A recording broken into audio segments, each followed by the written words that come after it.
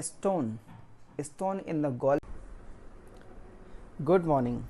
आज मैं आप सभी को बताना चाहता हूँ जिन लोगों को बैक पेन रहता है। बैक पेन के कई सारे टाइप होते हैं। पहला, जिन लोगों को कॉमनली किसी भी व्यक्ति को बैक पेन होता है वो होता है जब कमर की जो मसल्स होती हैं, बैक ऑफ मसल्स होती हैं, वो धीरे धीरे जकड़ने लगती हैं, उनमें स्टिफनेस आने लगती है, जिसके चलते हुए बैक पेन होने लगता है। और इसी जकड़न के कारण धीरे धीरे नर्वस सिस्टम पे लोड बढ़ने लगता है, तो सप्लाई प्रभावित होने के कारण ये बैक पेन लंबा जाता है।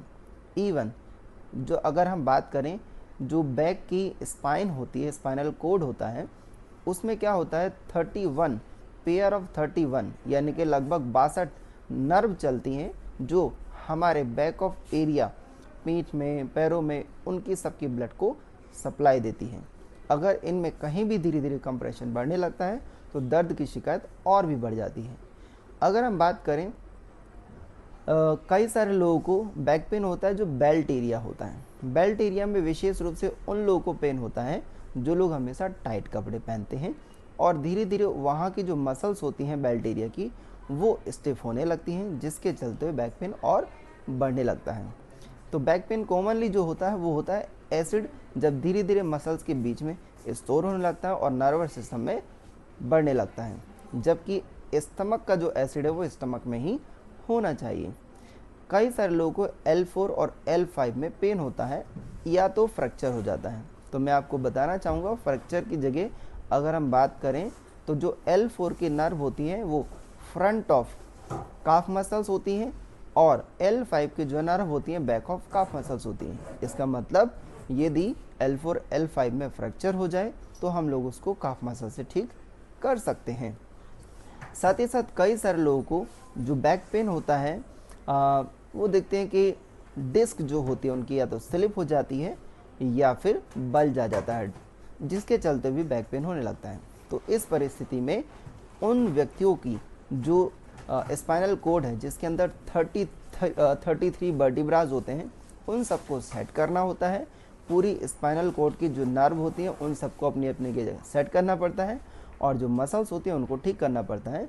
तो इस समस्या से भी उनको सोल्यूशन मिल जाता है। बहुत सारे ऐसे लोग होते हैं जिनको साइटिका का पेन होने लगता है। साइटिका एक नर्व होती है जो स्पाइनल कोड के अंदर से चलती है और धीरे धीरे पूरी पीठ में ब्लड की सप्लाई देने के साथ में पैरों की ब्लड की सप्लाई देती है। जब साइटिका नर्व के ऊपर कंप्रेशन बढ़ने लगता है तो कई सारे लोगों को वन साइड लेग और बोथ साइड लेग में पेन होना शुरू हो जाता है। तो क्या इन सभी का सलूशन ऑपरेशन है? मैं कहूँगा नहीं।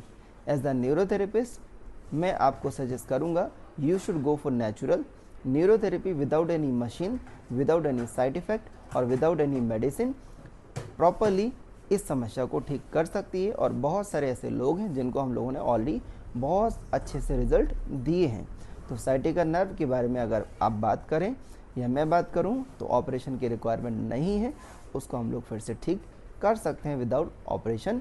और any kind of back pain हम उसका सोल्यूशन आपको दे सकते हैं। So you can contact us और we will help you to live healthy and active life.